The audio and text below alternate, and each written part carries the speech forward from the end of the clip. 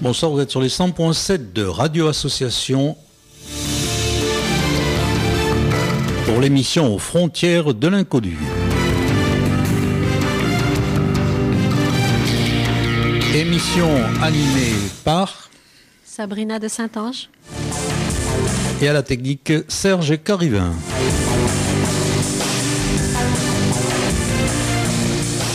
Madame Sabrina, bonsoir et bienvenue dans notre rencontre mensuelle pour l'émission Aux frontières de l'inconnu, dont la dernière émission a eu un succès vu au regard des appels téléphoniques qu'il y a eu sur le NDE. On peut rappeler ce qu'est les NDE.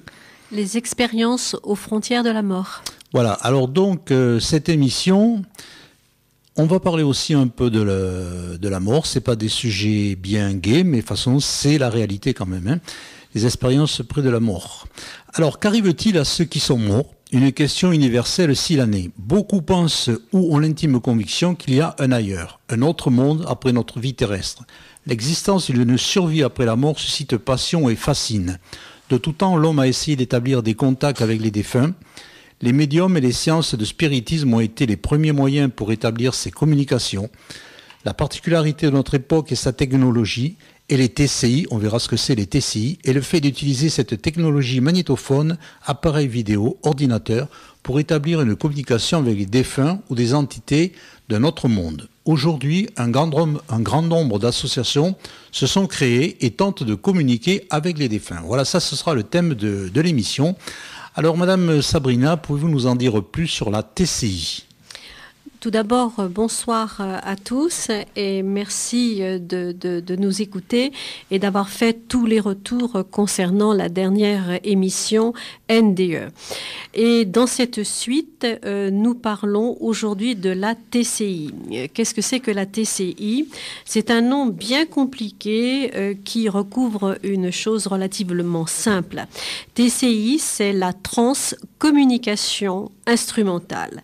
Et la transcommunication instrumentale, c'est le nom qui est donné par le professeur Ernst Zemskowski, qui est un physicien allemand, pour désigner une technique de contact avec des esprits ou on peut dire entités. Alors, les prémices du phénomène remontent aux années 1950 avec principalement le Suédois Friedrich Jürgensen qui découvrit ce moyen de contact sans l'avoir recherché.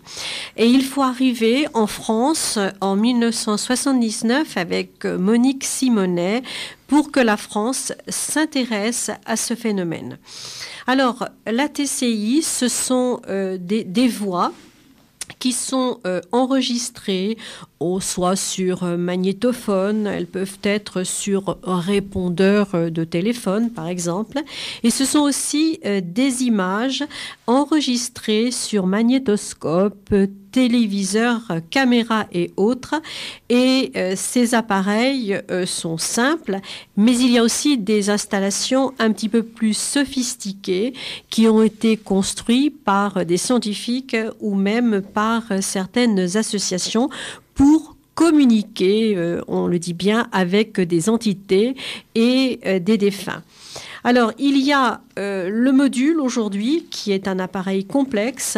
On peut en voir des photographies sur le site l'IFRES, qui est l'Institut français de recherche et d'expérimentation spirit.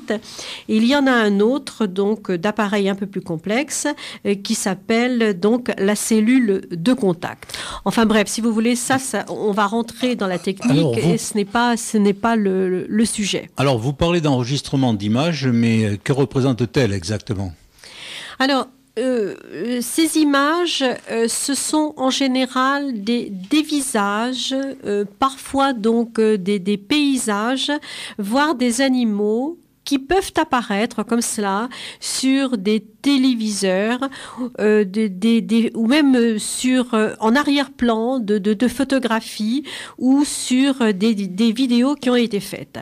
Alors, ces formes ou ces images apparaissent souvent de manière tout à fait fortuite. Par exemple, vous photographiez ou vous prenez une vidéo, vous prenez votre bébé ou une scène donc de la vie courante et sur ces images enregistrées, vous voyez des formes, des visages et autres. Oui, il y a un cas qui a défrayé la chronique, c'est en Argentine, je crois. Oui, c'est un cas qui a défrayé donc la chronique. En 1991, une jeune femme qui filmait son petit-neveu et qui passe donc le film et qui s'aperçoit en repassant le film, en visionnant donc ce film et la vidéo, que derrière le bébé, il y a le visage d'une vieille femme assise qui regarde en direction donc de l'enfant. Et aux surprises, quand elle regarde bien, donc cette image un peu floue, elle reconnaît cette femme comme la grand-mère donc du bébé qui était décédée 2 ans plus tôt. Elle avertit les chaînes donc de télévision et ces chaînes de télévision donc se précipitent pour interviewer bien sûr la personne et regardent la vidéo et toutes les photos et toutes les vidéos donc ont été mises en ligne. Oui, c'est un cas qui a défrayé la chronique dans les années 90. Alors, comme vous le décrivez, ça a l'air assez limpide, assez clair. C'est-à-dire qu'il y a des milliers de photographies qui représentent des personnes défuntes. Alors, pourquoi douter de l'au-delà ? Alors, je dirais que ce n'est pas aussi simple, parce qu'il y a 2 catégories donc d'images qui sont captées. La première catégorie, ce sont des images avec un aspect un peu cotonneux, laiteux, flou, et qui laissent une place prédominante à l'interprétation tout à fait relative. Et puis, il y a la deuxième catégorie qui est beaucoup plus rare, où l'image est extrêmement nette et ne permet plus donc d'interpréter. Une image nette, c'est-à-dire on reconnaît véritablement la personne. Donc la personne. Alors, le premier cas peut faire sourire, tandis que le deuxième entraîne le doute, voire même des accusations de supercherie. Vous voyez, l'esprit humain n'est pas aussi simple que cela. Si les images donc cotonneuses, comme je l'ai dit, sont le centre de débat sur donc l'interprétation, est-ce que c'est le hasard ou est-ce que c'est véritablement la manifestation d'une personne défunte? En revanche, les images trop nettes, elles, sont regardées comme suspectes. C'est pour cela que nous n'avons pas véritablement de réponse. Alors vous avez parlé des images, mais il y a le son aussi, les voix. Que disent ces voix ? Alors, les voix qui sont enregistrées sur magnétophone sont, je dirais, des voix qui sont en général, elles sont à peine audibles, perceptibles. Voilà, tout à fait, à peine perceptibles. Et parfois, il faut des heures d'enregistrement pour avoir quelques bribes de phrases, quelques noms qui sont donnés. Alors, la plupart du temps, les voix donc sont enregistrées lors de séances faites par des médiums pour tenter de communiquer avec des défunts à la demande des personnes qui viennent de perdre un proche. Et les messages sont en général simples, quelques mots, 1 à 2 phrases. Et ces messages vont en général, tous dans le même sens. Ce sont des messages qui donnent de l'apaisement à ceux qui consultent un espoir de se retrouver. Il y a beaucoup de calme et de sérénité dans ces messages. C'est véritablement donc l'espoir de se retrouver et l'amour, toujours l'amour qui est transmis par ces messages. L'amour, nous avons parlé la dernière fois dans les NDE de ce sentiment d'amour quand on passe la frontière. L'amour qui est le ciment et qui est notre essentiel. Alors, vous nous avez amené un témoignage, c'est un témoignage d'une voix, c'est ça, hein? Oui, tout à fait. Donc, c'est le témoignage d'une voix qui a été enregistrée en 1989 par Monique Simonet. On l'écoute? Vous voulez, je vais peut-être parler de Monique Simonet en quelques secondes parce que les auditeurs ne comprendront pas. D'accord. Alors, Monique Simonet est véritablement la pionnière en France de la TCI, c'est-à-dire de l'essai de communiquer avec les défunts et d'enregistrer donc leur voix au cours de séances de communication faites bien sûr à la demande des personnes qui ont perdu un proche. Alors Monique Simonet est décédée, elle est décédée depuis peu, elle est décédée en 2016 et elle a passé une trentaine d'années soit après sa retraite, parce qu'elle était professeure de profession. Elle a passé plus de 30 ans, puisqu'elle est morte assez âgée, cette dame, à aider les personnes dans la souffrance. Et elle est l'auteur de nombreux livres, notamment, pour ceux que cela intéresse, Porte ouverte sur l'éternité, À l'écoute de l'invisible, ou Images et messages de l'au-delà. Alors, cette personne a à son actif de très nombreuses conversations, si vous voulez, avec on va dire, l'au-delà, avec les défunts, et elle dispose de 14 000 enregistrements. Donc, on écoute l'enregistrement, là. Hein? Oui. Alors, pour les âmes sensibles... Allez, c'est parti. On y va. Je vais te faire entendre la voix d'un homme passé dans l'au-delà à 60 ans et qui a laissé sur terre sa pauvre maman, beaucoup plus âgée, et une fille.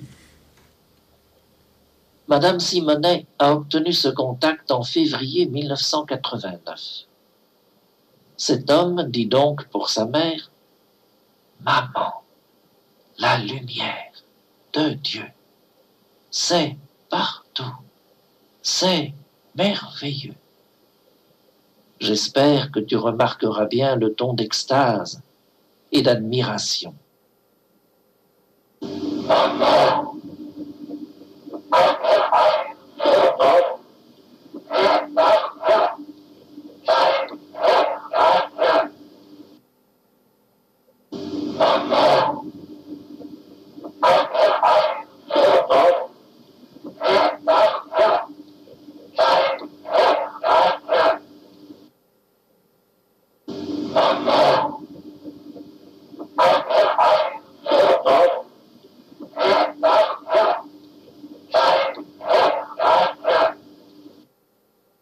Madame Simonet lui suggère alors de dire aussi quelque chose pour sa fille. « Donnez-lui un conseil, dit-elle. » Il répète alors, sur un ton interrogatif, « Un conseil ?» Puis il se décide. « Ma chérie, l'amour. Il n'y a que l'amour. » Tu feras bien attention, parce qu'en français, l'amour et la mort se confondent facilement.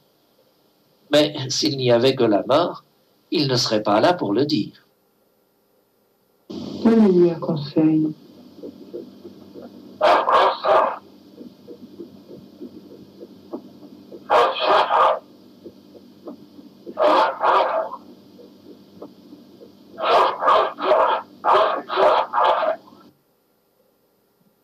Donnez-lui un conseil.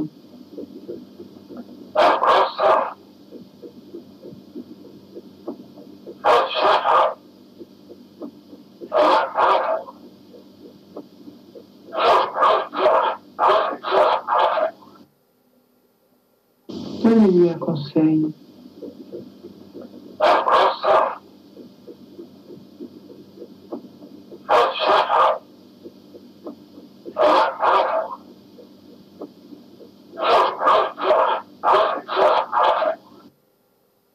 tu l'auras remarqué sans doute, nous avons bien là un véritable dialogue. Madame Simonet lui demande de s'adresser à sa fille, et aussitôt, c'est bien à sa fille qu'il s'adresse. On lui suggère un conseil, et c'est bien un conseil qu'il donne. Il reprend même le mot de Madame Simonet. Il s'agit donc bien d'un contact en direct, avec échange, demande et réponse. Et puis les mots de lumière et d'amour. Ce sont exactement les termes qui reviennent dans tous les témoignages de ceux que l'on a cru morts et que l'on a pu réanimer. Voilà, c'était un témoignage. C'est vrai que le son n'est pas quand même extraordinaire. Je pense qu'il faudrait l'écouter dans d'autres conditions, mais c'est un témoignage. Oui, c'est un témoignage qui est assez, je dirais, bouleversant. Je dois préciser que la voix que nous entendons et qui introduit cet enregistrement, ce témoignage, au cours d'une séance de communication avec les défunts de Madame Simonet, cette voix est celle du père Brune, qui est un grand spécialiste donc de la transcommunication instrumentale, qui a parcouru le monde, qui parcourt le monde et qui a parcouru le monde, et pour faire connaître les multiples enregistrements qui ont été faits, qui a donné de nombreuses conférences et qui est l'auteur aussi de nombreux ouvrages comme par exemple le très célèbre « Les morts nous parlent ». Et c'est des témoignages qui ont été expertisés, ça, par des spécialistes du son, tout, ou pas? Oui. Et c'est très étrange. Il y a quelquefois pas d'explication. Les voix ne sont pas humaines. Non. Oui, c'est pas le son d'une voix normale. Non. Parce que ça, on arrive à le détecter, etc. maintenant. Non, pas du tout. Donc, c'est quelque chose qui est extrêmement perturbant. Alors, s'il n'y avait qu'un seul témoignage comme cela, on pourrait avoir on pourrait véritablement douter. Personnellement, donc, je donne mon sentiment. Je n'ai pas de doute pour moi, mais ça m'est personnel. Mais on a des milliers d'enregistrements faits au cours de séances de communication avec les défunts et par des médiums ou par les associations, parce que maintenant vous avez de nombreuses associations qui aident les personnes en deuil et qui, par justement la permission d'enregistrer des voix de défunts, apportent réconfort aux personnes. Et alors donc, ces personnes-là, notamment ces associations, par exemple, est-ce qu'elles sont rentrées en contact avec Mme Simonet? Est-ce que vous le savez ou pas? Oui, mais Madame Simonet était quelqu'un de très connu, elle a véritablement œuvré et elle a été le chef de file de cette mouvance et de nombreuses associations se sont créées. Alors vous avez, je dirais, la plus célèbre qui est l'IFRES, qu'on peut retrouver sur Google. Vous tapez TCI ou communication trans-instrumentale, vous allez trouver kyrielle d'associations, des associations sérieuses qui mettent en relation, qui recherchent, et parce qu'il y a des recherches aussi scientifiques sur le sujet. Et donc, effectivement, est-ce qu'on peut être en présence justement d'une illusion, car on ne veut pas entendre ce que nous souhaitions, quoi? Oui. Alors, je vois de ce dont vous voulez parler. C'est-à-dire, en fait, vous pensez que ce que nous venons d'entendre, eh bien, nous avons envie de l'entendre. Donc, notre cerveau, je dirais, pourrait l'interpréter de cette manière-là. Alors, c'est une hypothèse, c'est très intéressant ce que vous dites, parce que c'est une hypothèse qui a été avancée sous un nom un petit peu barbare que l'on appelle pareidolie. Parce que la pareidolie, elle exprime la tendance du cerveau à créer du sens, à donner du sens par l'assimilation de formes aléatoires à des formes référencées. C'est un peu compliqué ça, hein? C'est un petit peu compliqué. Ça veut dire en fait que selon cette théorie, lorsque notre cerveau n'arrive pas à donner du sens, notamment notamment à des images floues ou des voix un peu audibles, notre cerveau a tendance à interpréter en disant, bon, eh bien, ce que nous venons de voir ou ce que nous venons d'entendre, c'est ceci ou cela. C'est un petit peu comme quand vous regardez des nuages et que vous voyez des formes et que vous voyez des formes qui peuvent ressembler à la France, à l'Espagne, etc. Vous voyez ce que je veux dire? Oui. Oui, parce qu'il y a aussi des expériences qu'on peut tenter chacun chez soi. C'est-à-dire que si vous fixez une image pendant 1 minute ou 2, vous fermez les yeux et cette image vous réapparaît. Oui, c'est tout à fait exact. Donc, on peut, ça a été, je dirais les sceptiques et notamment toute la mouvance zététique donnent cette interprétation. Ça veut dire en fait tout ce que nous voyons en images floues ou tout ce que nous entendons dans ces sons un petit peu à peine audibles, je dirais. Ça veut dire que nous les interprétons et nous les interprétons comme, je dirais, ce qui va dans notre sens, dans le sens d'une communication avec un défunt pour avoir un apaisement. Alors, bon, c'est peut-être exact pour tout ce qui est flou, pour tout ce qui est à peine perceptible, mais il y a des images qui ne laissent aucune interprétation et il y a des voix qui ne laissent aussi aucune interprétation. Par exemple, quand vous avez une voix, un défunt, je dis un défunt, qui répond, comme nous l'avons entendu, ou qui peut donner le surnom donc de la personne qui consulte, ou qui peut donner un détail que seule la personne qui consulte connaissait, par exemple. Et alors cet accès à l'au-delà, comme vous l'évoquez, c'est réservé à quelqu'un initié ou alors n'importe quel commun des mortels peut dialoguer avec ses disparus? Non, ce n'est pas, si vous voulez, réservé donc à des initiés. Alors maintenant, il est avéré que certaines personnes semblent posséder une capacité et une attitude, un don de médiumnité qui facilite bien sûr le contact, mais avec beaucoup de persévérance. Tout le monde est capable d'enregistrer, si vous voulez, des voix de défunts, mais avec beaucoup de persévérance. Ça peut être dangereux et perturbateur. Alors ce n'est pas le moment, mais répondre par une boutade. Pour qui? Pour nous ou pour les esprits? Pour les deux. Pour les deux. Alors, je dirais, on va parler pour nous, pour ceux qui pourraient être sceptiques. Oui, pour les vivants, oui. Pour les vivants.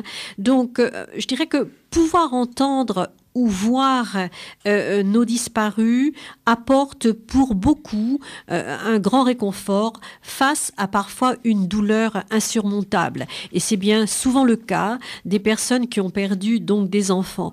Donc je dirais que des médiums qui arrivent à communiquer avec des défunts et qui arrivent à enregistrer donc des voix qui sont reconnaissables donnent de l'espoir et quelquefois peut éviter certaines dépressions profondes, voire même des suicides. Alors les témoignages, notamment au niveau de Madame Simonet, puisque j'ai parlé d'elle tout à l'heure, sont innombrables. Les lettres qu'elle recevait étaient innombrables, des lettres de remerciement.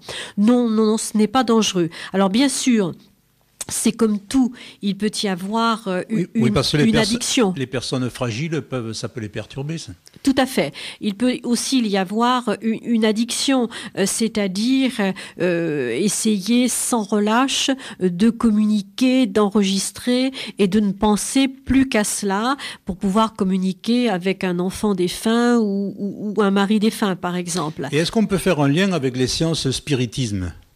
C'est si vous voulez, donc on peut dire que cette communication, c'est du spiritisme. Mais il y a aussi des enregistrements d'entités.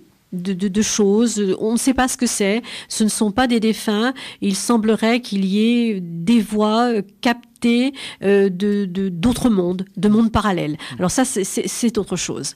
D'accord. Alors vous avez parlé aussi de ce père Brune. Qui est le père Brune ? Alors, le père Brune, je dirais, est un spécialiste. Alors, tout d'abord, comme le nom l'indique, c'est un prêtre et il s'est intéressé donc à la communication avec les défunts. C'est un exorciseur aussi ou pas ? Non. J'avouerai bien vous dire que je ne sais pas si c'est un... Je ne sais pas. Hein, donc, par contre, il a écrit de nombreux ouvrages sur l'au-delà et sur ses expériences. C'est comme Madame Simonet, un grand spécialiste de la TCI, de la communication avec les techniques modernes. Donc c'est vraiment. Alors il est encore, je dirais, en vie et il est très âgé et il ne pratique plus. Mais vraiment, il a parcouru le monde et c'est une figure. Alors on pourra parler dans une prochaine émission de l'histoire de la transcommunication parce que au départ vous avez Jorgensen, vous avez aussi Rodive, tous ces gens-là qui ont œuvré. Madame Simonet. Donc en France, le Père Brune et les nombreuses associations qui se sont et qui se montent et tout ceci pour aider donc les personnes qui sont en souffrance. Donc s'il y a des gens que ça intéresse, ils peuvent aller sur les sites, c'est ça, vous contacter, comment? Ils peuvent aller donc sur les sites. Donc je recommande de faire une recherche sur Google et ils verront. Donc comme j'y ai parlé tout à l'heure, nous avons donc l'IFRES qui est donc un institut qui est très sérieux et vous avez des associations qui même sont proches de chez nous. Vous avez une association donc qui est aussi à Toulouse. Donc là, si vous voulez, donc je ne les citerai pas parce qu'elles sont véritablement nombreuses, ces associations. Alors, je dirais que j'aurais envie d'ajouter, si vous voulez, une dernière phrase pour rassembler en quelque sorte les sceptiques et les personnes qui croient donc dans une communication avec les défunts. L'homme en fait n'est-il que matière et le corps est-il qu'une enveloppe charnelle, indépendante de l'âme, ou l'esprit humain obéit-il en certaines circonstances à des formes dont nous ignorons encore tout. Alors, il y a une phrase d'Albert Einstein que je voudrais citer pour en terminer et qui nous montre cette ouverture, à savoir qu'il faut, même quand on est un scientifique, rester très ouvert. Que dit Albert Einstein ? Le plus beau sentiment que l'on puisse éprouver, c'est le sens du mystère. C'est la source de toute vraie science. Celui qui n'a jamais connu cette émotion et qui ne possède pas le don d'émerveillement, autant vaudrait qu'il fût mort, ses yeux sont fermés. Cela veut dire que tout ce que nous entendons, tout ce que nous voyons, toutes ces communications dont je parle, il ne faut pas les balayer de la main. Il faut rester ouvert, interrogateur. La vie et l'être humain, c'est un mystère aussi. Bien sûr. Ça pourrait être des sujets de philosophie. Bien sûr. Voilà, nous arrivons à la fin de cette première séquence, parce qu'il va y avoir une séquence. Maintenant, nous allons retrouver notre philosophe et historien Dominique Vibrac, qui est à Paris, et c'est un interview par téléphone que l'on fait. Il va nous parler de quoi exactement ? Il va nous parler de quelque chose de vraiment passionnant. C'est l'affaire des poisons. L'affaire des poisons au siècle de Louis XIV. D'accord. Donc on va prendre 2 ou 3 minutes, je vais mettre de la musique pour qu'on puisse rentrer en contact avec Dominique Vibrac. Alors rentrer en contact, c'est un peu un jeu de mots, oui, mais bon, là c'est par téléphone. Donc il est bien vivant, notre Dominique Vibrac. Voilà. Alors d'ici 2-3 minutes, on reprend l'antenne.